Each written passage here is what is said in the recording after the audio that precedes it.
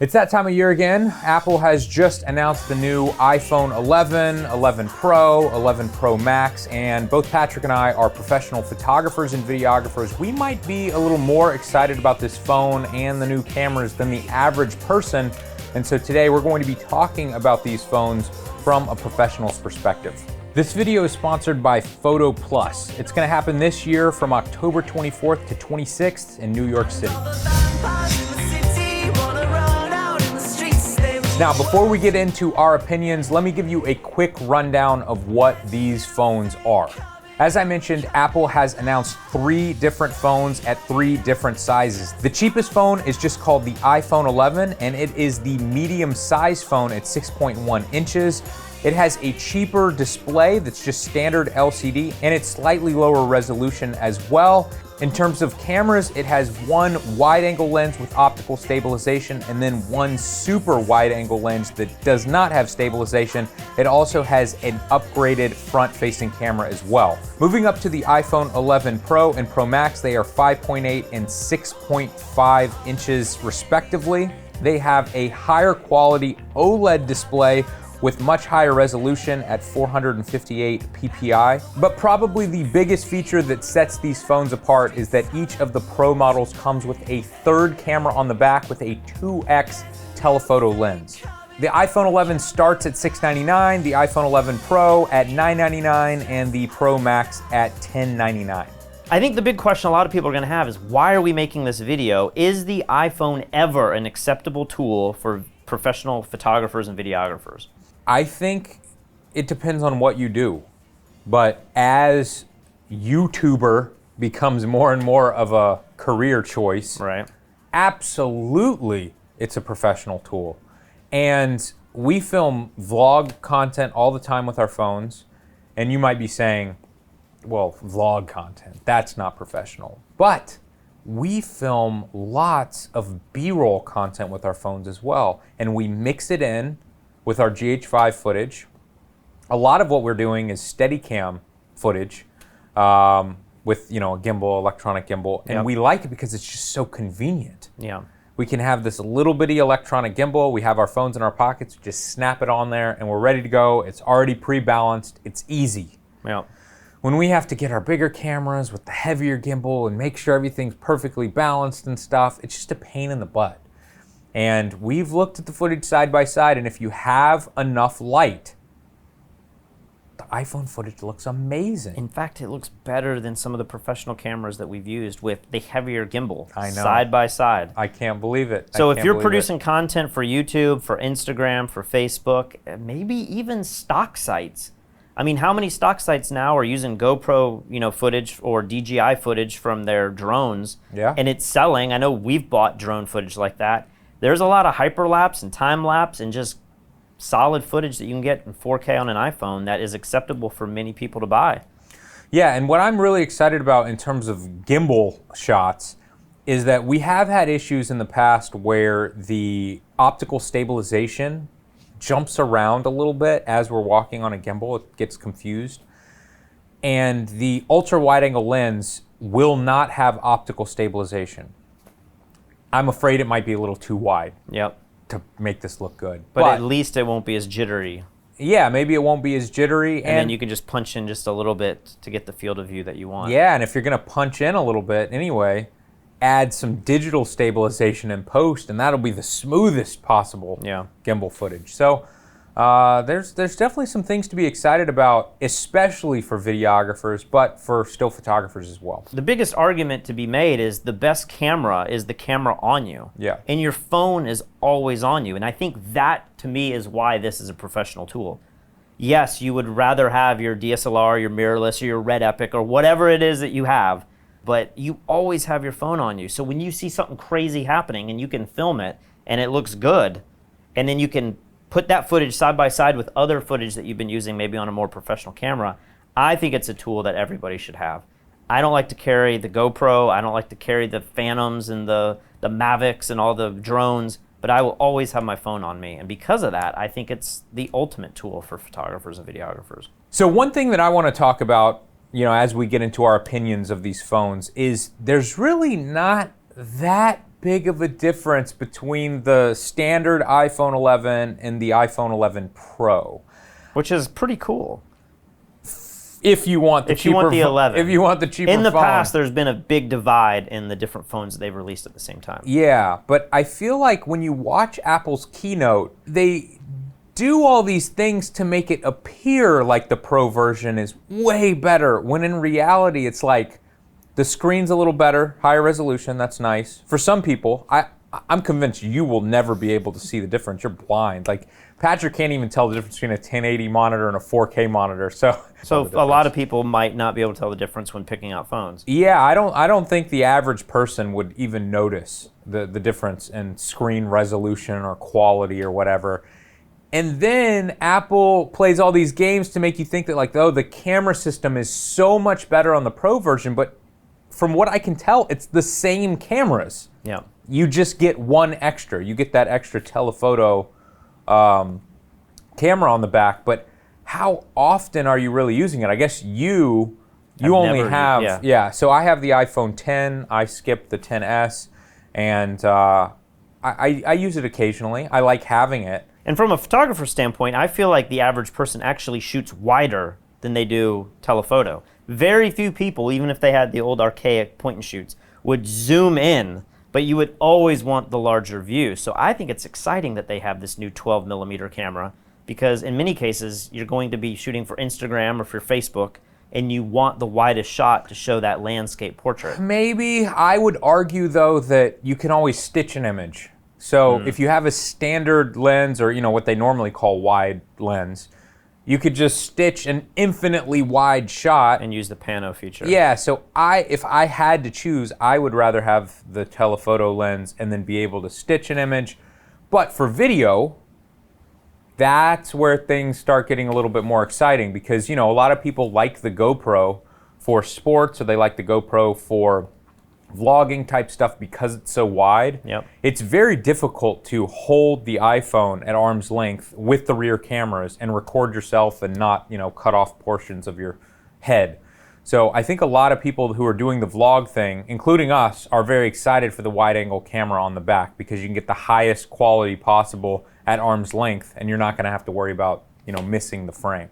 Another thing that they upgraded is the selfie camera, the front-facing camera. Which is my favorite camera, because when I'm shooting videos, I don't want to flip the phone around and not be able to see what I'm filming. I want to see myself in the screen. It's a little preview screen. Yeah, I agree. It's nice, but the quality has always been so much worse than the back camera that I always turn the camera around and record with the main camera. Now, if they have upgraded that selfie camera enough, I would much prefer to film myself with the one where I can see myself. It's now 4K. It can now shoot slow-mo. I'm not exactly sure how wide it is, though. I thought they said it's wider than previous cameras, which is also nice. I'm excited to give that a try, because I feel like that could be a total game changer for vloggers. I mean, we're always on the search for the perfect vlogging camera that has autofocus, that's convenient, that has all these features. That fits in your pocket. No camera fits in your pocket except these smartphones. And so I'm thinking, maybe I don't need to be searching for that perfect vlogging camera. Maybe the new iPhone 11 or the Pro is it. And that's what I'm trying to figure out. And we can get into this now. In the keynote, Apple kind of made it seem like this is what the Pro model can do. This is why you're spending all this extra money on the Pro model. And they had the creators of the Filmic Pro app come out, and they showed this amazing app that can show all 4 cameras at the exact same time. And then you can choose 2 at the same time to record 4K, I assume 4K 60 frames per second. Even the selfie camera can do this now. And that was a huge game changer. I mean, can you imagine shooting with the telephoto lens, like you're doing an interview with somebody, telephoto lens, and the ultra wide angle lens, and you have this establishing shot, and you have this tight shot, both shot at 4K? Or you want to do interviews between 2 people, and you shoot wide on both of them at 4K, and you can punch in when you need to make cuts. But now you could literally put a camera right between you and the subject, and have one camera for your whole interview. And for vlogging, I feel like this is even better, because you could have your phone in your hand recording you and recording what you're seeing at the same time. Yep. And I could be showing people what I'm talking about here, it's cutting back to me, and then I can cut over here and it's going to be filming you, and I can have this conversation with you and go back to vlogging. That is huge. And I'm very curious to know, one, what microphones are used. Is it going to have, like for the camera facing away, is it going to use that microphone, and then the camera facing me, is that going to use the standard microphone that you talk into? I hope it uses both. That would be amazing. If nothing else, for redundancy. How many times have you been in windy environments, and if you had a second audio track embedded into 2 different files, and you could say, the wind hit this one, but the wind didn't hit this one, you could bounce between the 2. The phones in the past, this is the iPhone 10, has the microphone on the back next to the cameras, and then of course it has the microphone down here that you normally speak into. But we have battery cases on these phones that angle the microphone and the speaker forward. And I'm really excited to have 2 forms of audio on 2 different tracks, and that if the audio sounds great out of this, fine. But a lot of times with this, we're getting wind noise. Yeah. But with this, we can cover it with our hand, and it's already covered with these cases that we like, which like triple our battery life. And so I think you'd have the best of both worlds. You'd have potentially the best audio in non-windy environments, and then still clear audio in windy environments. And I like the idea that we could cut to both. Yes, that would be very big. But here's the question, and Apple, in classic Apple fashion, did not answer this. I cannot find an answer online. But will the iPhone 11 standard be able to do this dual recording as well? Do you just need the app, the Filmic app, or do you have to have the Pro version to? It seems like you should be able to, because all of these phones have the same processor. Still has 3 cameras instead of 4. Exactly. And I feel like the most important thing for vloggers is the ability to record the front-facing camera and 1 rear-facing camera at the exact same time. If it can do that, and you don't really care about that telephoto lens, it's not that big of a deal, I don't use it that often, then really the only thing you're paying for is the slightly upgraded screen on the Pro. And is it actually worth $300 more for that? I think for the average person, it's not.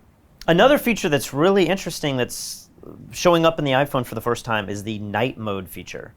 And what do you think that's doing? Is that doing an expanded ISO, or is that doing a longer shutter? And if it's doing a longer shutter, is that increasing, some shake? Are you going to have that really stabilized? I would imagine so. I'm guessing that what it's doing, and this is a total guess, I bet it's doing some sort of video where it's taking tons of frames, and then it's just using some algorithm to find the ones that aren't blurry and combine them together and get a shot that's less blurry and at the same time much brighter. And if it did that, then it would have a faster shutter, but it would have more frames to increase the exposure. That's what I think it's doing, and that's why I think it's not going to work in video mode. And I think if it worked in video mode, Apple would have told us. Yeah, I mean, that would be amazing. Once again, for vlogging, if you could shoot in pitch black darkness, that would be amazing. They have some videos on their website, though, of a guy leaving a building, and it's nighttime. And it's black and white, I believe. So it's kind of hard to tell if it's... Yeah, but that was shot on a movie set in Hollywood. So they made it just lit. They lit it as well as they could have. But I have to say, that video looked amazing. All of the marketing videos that they had in this event for the iPad, the Apple Watch, it was some of the best advertising I think I've ever seen for Apple products. So fantastic job there. And then they really made it seem like this iPhone is the greatest video filmmaker's tool ever. But in reality, it might just have 1 extra camera that you might not use that often. So right. I still keep going back and forth. For the average person or even filmmaker, is it worth getting the Pro model? I don't quite know what the answer is. Speaking of extra features that Apple kind of showed off for the Pro model but could work for the standard model, this fusion mode. What was that called? Deep Fusion? Deep Fusion. So the idea here is that you have multiple lenses. The camera can obviously shoot in super high frame rate. So it's going to be taking multiple images and then combining them together for a higher quality image. They were kind of vague. It was like, They would show like a little magnifying glass and it would show more detail. yeah. I think they said that it takes a few photos before you even hit the So shutter. it's like always So recording. it's always working, and then when you hit the shutter, it will take some of those photos and then some of the photos after you've taken, hit the shutter and then combine them Yes. into a higher res image, or it has more dynamic range. Were they very clear on that? They weren't super clear on it, and then there's been debate online, is that coming out for the iPhone 11, or is that just For the a Pro Pro feature as well? I would imagine that is going to be using the wide-angle lens and the ultra-wide-angle lens. I would imagine that's not even going to be using the telephoto lens, but we'll have to see. Once again, Apple was vague on purpose, it seems, to push people towards the Pro model, Yeah. but I'm not sure you're going to need it. One little software update that they have added is the Heike Mono mode. Now, I don't have the newest phone, so I don't have any of those at my disposal. But when I see the marketing for it, it's taking a high key shot, which means that you have typically lots of brights and whites and everything, but then it's removing the background. Yeah. And it's creating shots that look like they were shot on a white seamless backdrop, which I think is incredible. Yep. And I think if you're a photojournalist or a photographer who just isn't always carrying their DSLR around or their mirrorless camera around, having your iPhone to where you could produce a 12 megapixel shot and make it look like a studio shot is really exciting for me, because you can now create these series of photos with nothing but your phone, and they will probably be good enough to put on your website or your Instagram and create little series without having to lug all the camera and especially the studio quality lighting. So I am always curious how much of these little features have anything to do with hardware at all, or is it just software? It seems like it's all software. But Apple makes you think like, with the multiple cameras and true depth mumbo jumbo, we're able to determine depth and all this stuff. And if that's true, then it really is a great feature that is only able to be used in the newest cameras. Yeah, but if it's not, and it's just A marketing software, yes. then it's like every camera ever should be able to do these little things, and I feel like they're kind of gimmicky. Either way, though, especially if you're somebody who's just getting into photography and you don't want to import your images into Photoshop and remove the background and do a bunch of post-processing that could be much more advanced for the average person, I feel like, I don't want to use game changer too much, but it really does give people more options when it comes to creating studio lit images. When you use the word studio lit, you're not talking about lighting on the person, you're just talking about lighting on the background. It's not changing the lighting on your subject's face. It kind of is. It's like smoothing out skin, and it's making shadow. Like, most of the images are shot with natural sunlight, so it's got that hard light to it. But it's pushing things in a way that gives it a look. But that's not lighting, it's like an effect.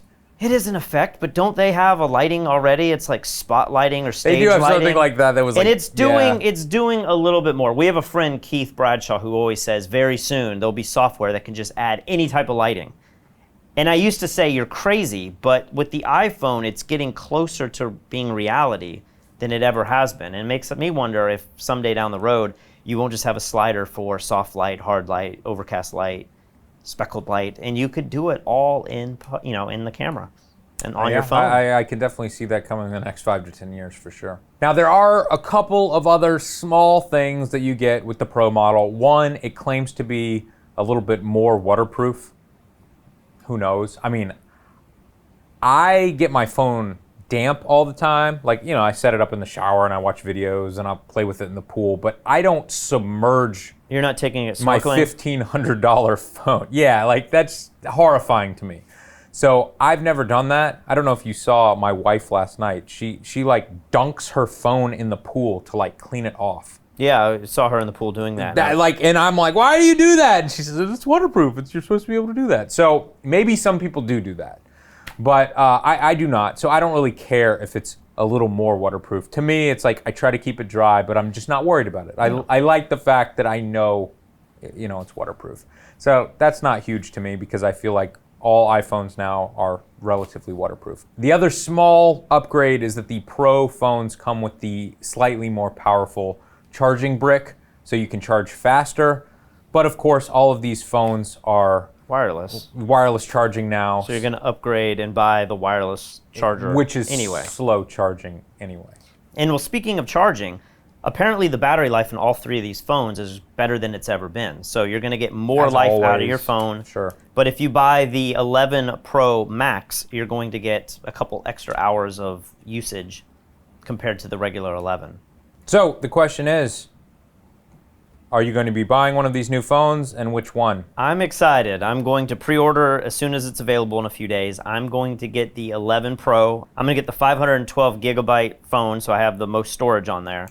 And I think I'm going to go with this new green. I think the green looks pretty cool. Wow, and then you're going to put a black, big-ass battery case on it so you can't even see it. But the battery cases always come out a little after the phone, so maybe I'm just going to go bare bones with it and just have it. You're going to drop it, and you're going to shatter it, and... I've had a pretty good track record. I think I've only cracked like 2 screens out of 10 phones or however many phones I've had. The big question though, since you have the X, are you going to upgrade to the 11 or the 11 Pro? Not at the moment. Because you're going to get it, I'm going to get yours. We'll do some videos. Right. Yeah, but like we only need one to film videos. Maybe we'll try to do some viral video with it or something. And then I really want to test out the 2 camera filming at the same time thing. And if that works as well as it seems like it will, maybe I will upgrade just for the next, Elia Licardi Photographing the World project or something. We have nothing planned at the moment, but I could just see if we're filming lots of vlogging content, that's the greatest tool ever. Yeah.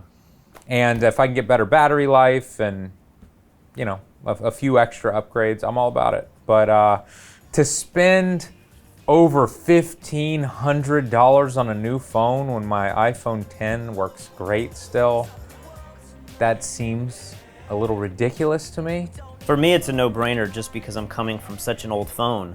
But I think that shows just how unimpressed I've been with the new phones.